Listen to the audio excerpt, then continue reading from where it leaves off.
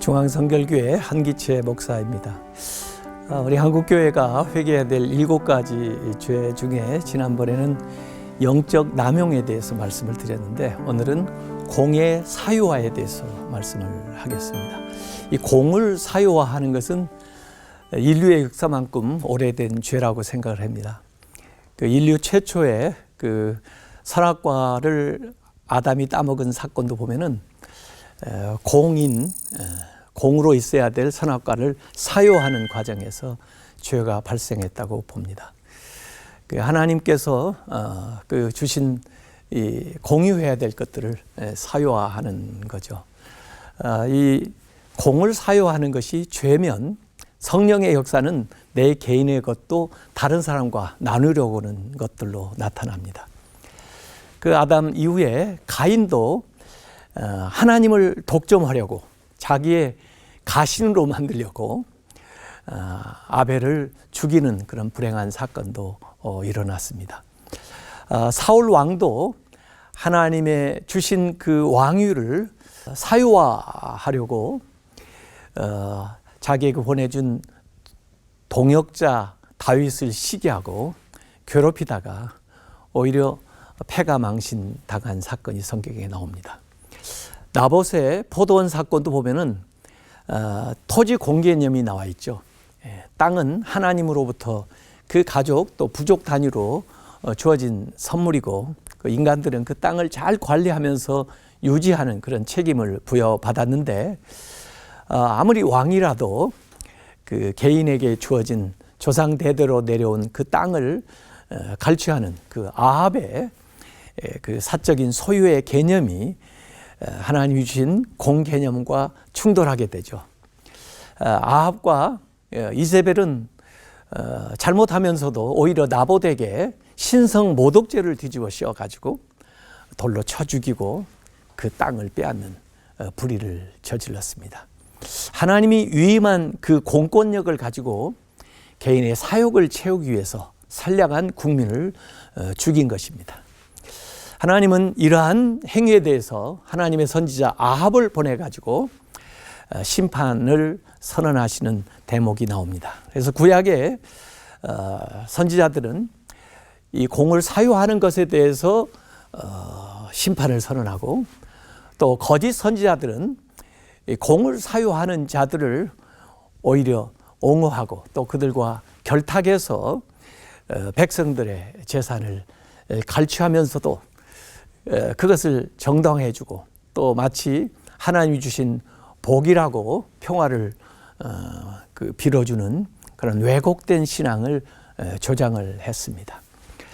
그래서 하나님이 보낸 참 선지자들은 계속 보냄을 받아가지고 공을 사유화하고 과도하게 재산을 축적하는 것을 비판하면서 하나님의 심판을 경고를 했습니다. 아이성의 교훈을 우리가 한번 받을 필요가 있는데요.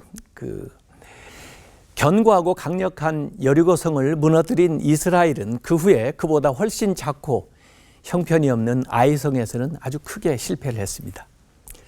그 실패의 원인은 여호와의 성전을 세상의 싸움으로 변질시켰기 때문입니다. 40년의 광야 훈련을 마치고 이제 요단강을 건너 드디어 가나안 땅에 입성한 이스라엘에게 하나님은 여리고성에서의 승리를 확실히 보장하시면서 절대로 사사롭게 전리품을 취하지 말라고 경고하셨습니다.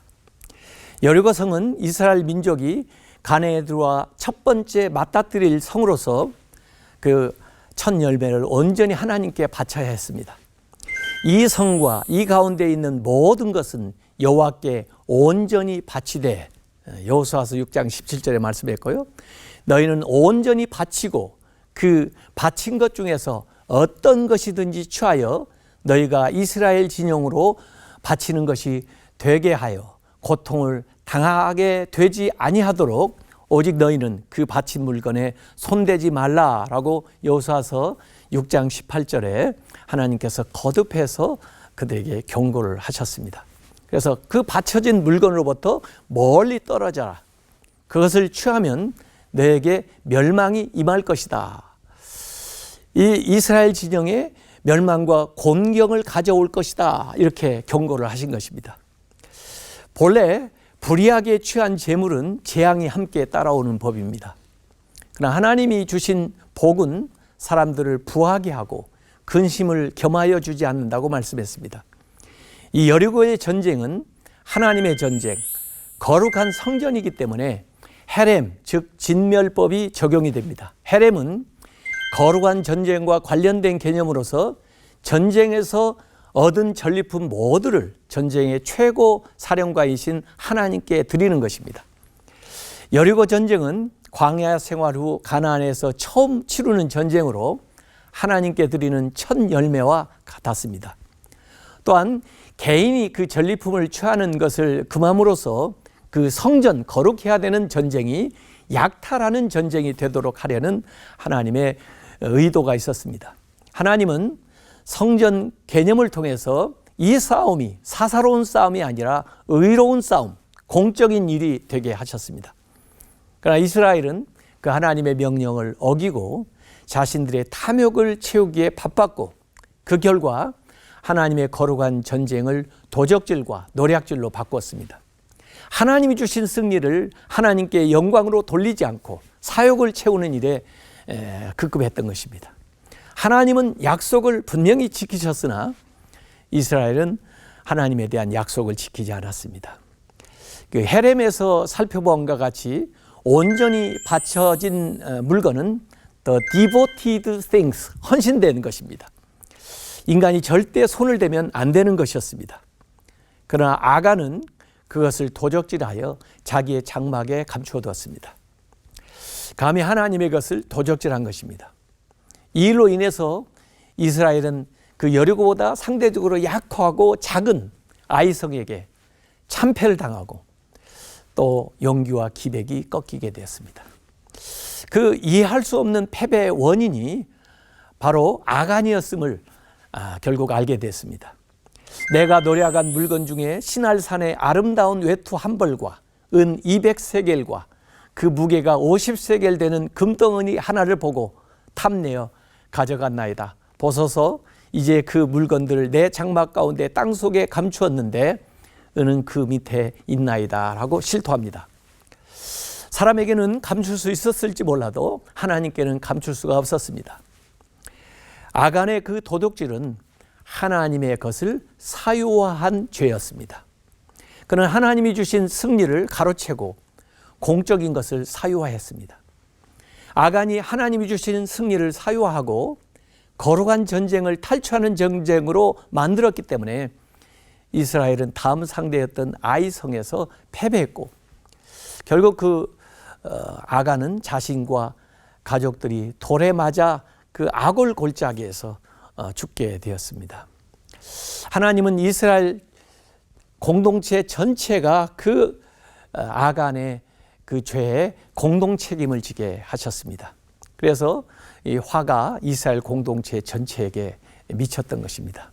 이처럼 공을 사유하는 그 내부의 이 죄는 외부에 있는 어떤 적보다도 더 무서운 것입니다. 공에 사유하는 공동체를 안으로부터 무너지게 하기 때문에 그렇습니다. 10계명 중 제8계명은 도적질하지 말라입니다.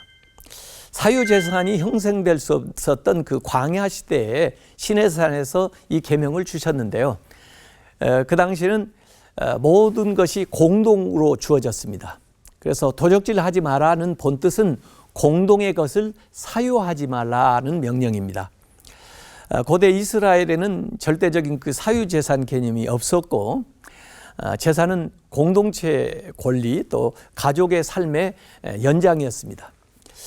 심지어 나중에 주어진 땅도 완전히 파는 건 없고 양도한다 할지라도 희년이 되면 본래의 주인에게 되돌아왔습니다.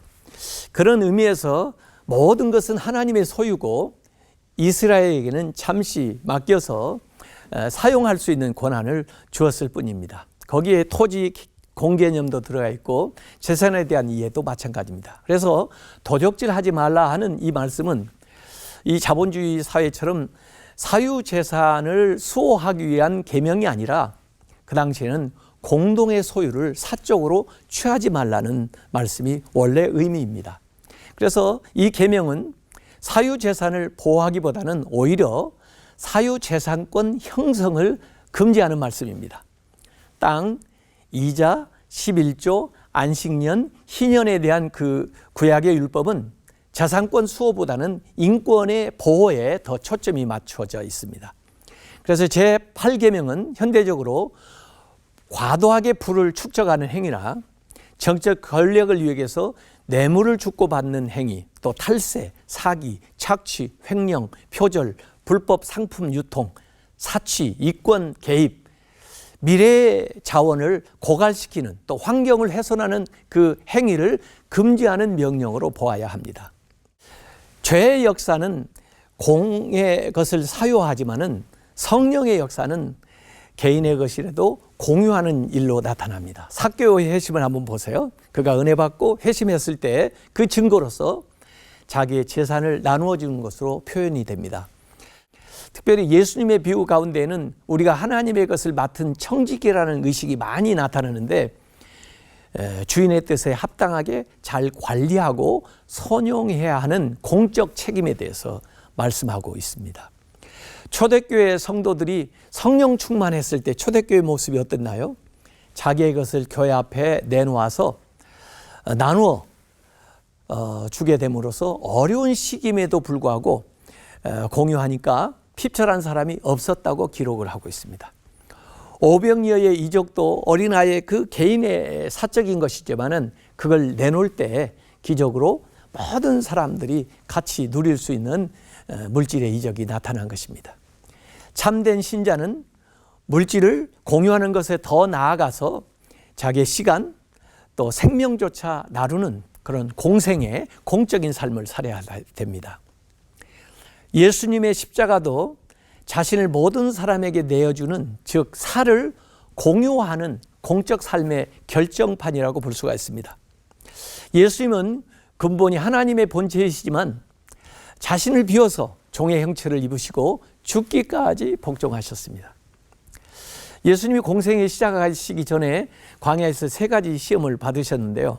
그 3가지 시험의 요체는 하나님이 주신 절대적인 능력을 예수님 자신을 위해서 사용하라는 것이었습니다.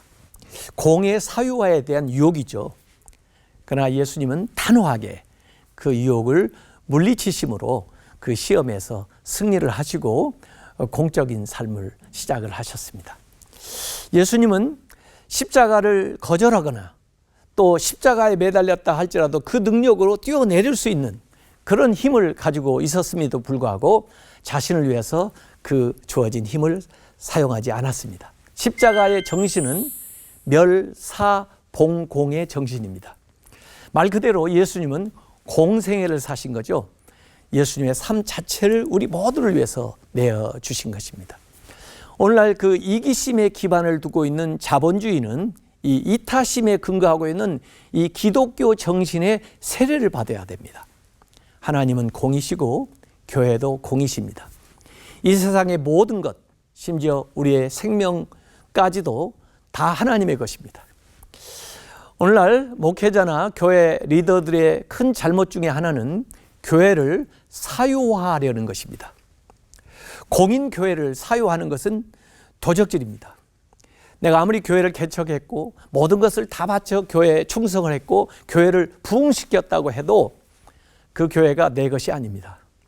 교회의 주인은 언제나 주님이십니다. 교회의 모든 일꾼들은 주님께 청지기로 부름을 받고 또 귀하게 쓰임을 받았을 뿐입니다. 하지만 현실에서는 담임 목사가 자기 수고와 물질과 시간을 들여 자기 만든 그 교회이니 그 교회는 자기의 소유라고 착각을 하는 경우가 많습니다. 또 교회를 오래 지켜온 교인들이 중심이 돼서 교회의 소유권을 주장하는 경우도 있습니다. 목회자의 아들이 대를 이어서 목회자가 되는 것을 아주 귀한 일이지만은 교회를 사유하는 수단으로 활용이 돼서는 안 됩니다. 목사직 세습은 그 세습 자체가 문제가 아니라 교회를 사유하는 데 더 근원적인 문제가 있다고 볼 수 있습니다. 목회자나 교회 리더들은 교회가 믿고 맡긴 재정이나 인사권을 사유화해서는 안 됩니다. 교회가 재량권을 주었다고 해도 신자들의 헌신적인 헌금으로 마련된 공적 재정을 하나님 앞에 부끄러움 없이 사용해야 됩니다. 또 교회에서 근무하는 시간을 자기의 개인적인 용도로 사용하지 않아야 됩니다. 목회자가 필요한 시간에 자리를 지키지 않는 것도 공적 시간을 도적질하는 것입니다.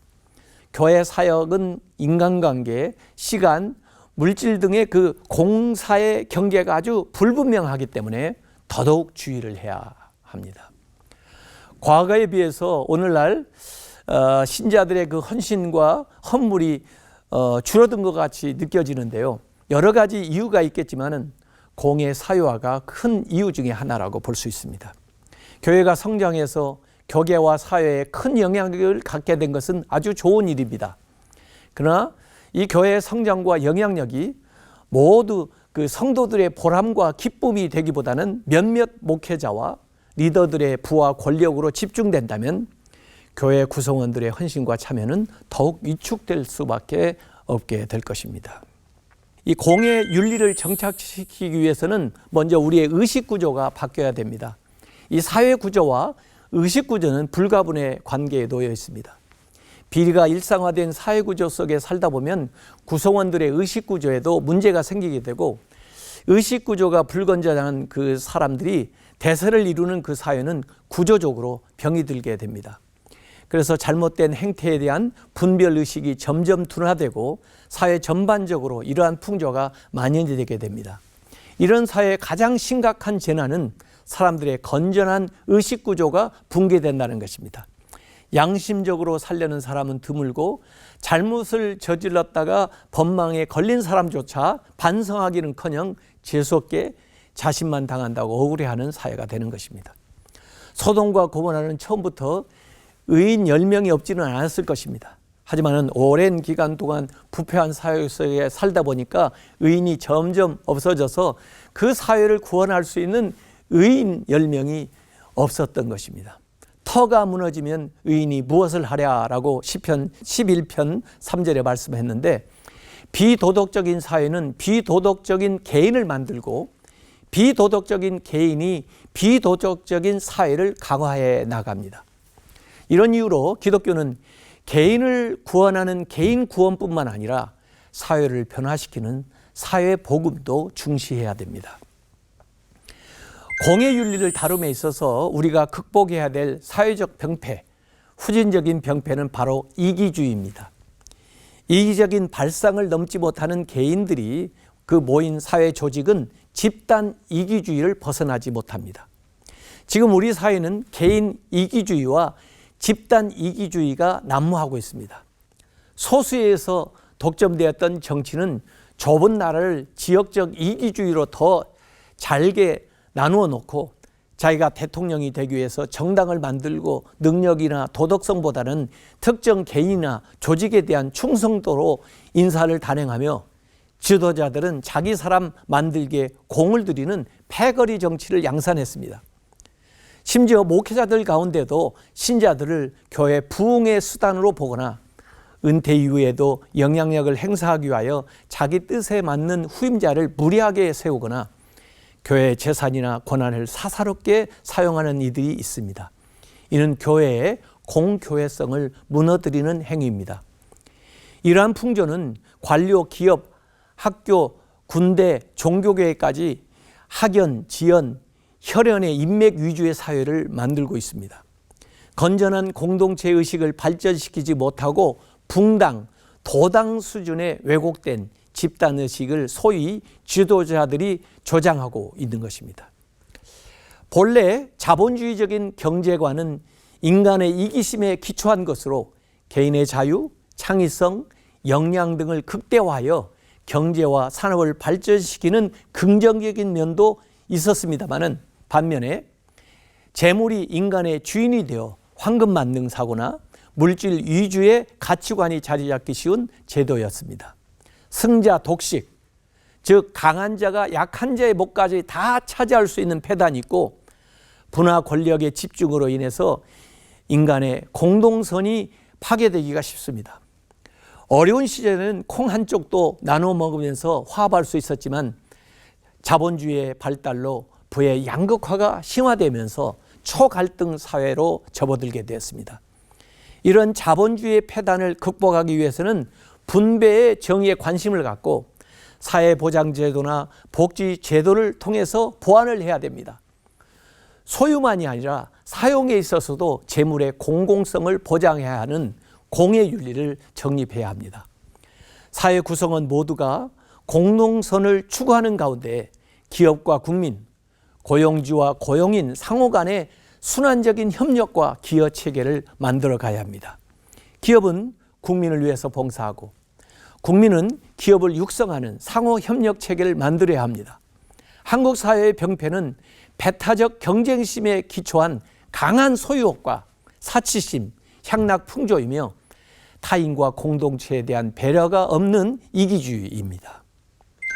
이 공의윤리를 구체화하기 위해서 우리에게 필요한 의식은 3S로 표현할 수 있습니다. 즉, 첫 번째는 연대의식, 솔리다리티, 둘째는 나눔의식, 쉐어링, 세 번째는 청지기의식, 스튜어드십입니다. 첫째, 연대의식을 가져야 합니다. 하나님은 그의 백성을 개별적으로도 아실 뿐 아니라 한 몸으로 간주하십니다. 지체는 여럿이지만은 하나의 몸으로 돌보십니다. 만유의 아버지이신 하나님은 우리가 다른 형제 자매들의 그 생명과 행복을 풍요롭게 하고 증진할 때 참으로 기뻐하십니다.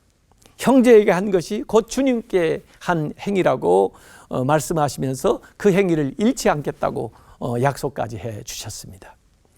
둘째는 나눔 의식을 가져야 됩니다. 주는 것이 받는 것보다 복되다고 하는 것을 기억을 해야 됩니다. 내 지갑에 들어있는 물질은 하나님의 목도 들어있고 내 목도 있지만은 이웃의 목도 이미 포함되어 있다는 것을 명심을 해야 됩니다. 우리의 삶은 타인에게 나눠주고 베푼 것으로 기억될 것입니다. 한 사람의 일생을 평가하기 위해서는 그 사람의 장례식을 봐야 한다는 말이 있습니다만은 그가 평생에 얼마나 많이 가졌는가 보다는 얼마나 다른 이웃을 위해서 베풀고 나누었는가를 통해서 드러나기 때문에 그렇습니다. 셋째, 마지막으로는 청지기 의식을 가져야 합니다. 우리의 최종적인 소유주는 내가 아니라 하나님이십니다. 이 공적인 것을 우리가 잠시 맡아서 관리하고 있는 청지기라고 하는 사실을 잊지 말아야 됩니다. 마지막 날에 주님은 우리에게 이렇게 물으실 것입니다. 내가 너에게 준 것 가지고 너는 어떻게 하였느냐. 이때 탈란트 비유에 나오는 2달란트, 5달란트 받은 청지기처럼 잘하였도다, 착하고 충성된 종아라는 칭찬을 들을 만한 삶을 살아야 되겠습니다. 이 악하고 게으른 종아라고 책망받는 사람이 되어서는 아니 되겠습니다. 우리에게 주어진 모든 것들을 더 많은 사람들에게 베푸는 그 기회로 알고 그 살을 공유하는 그런 성령이 인도하시는 삶을 사시기를 바라겠습니다. 고맙습니다.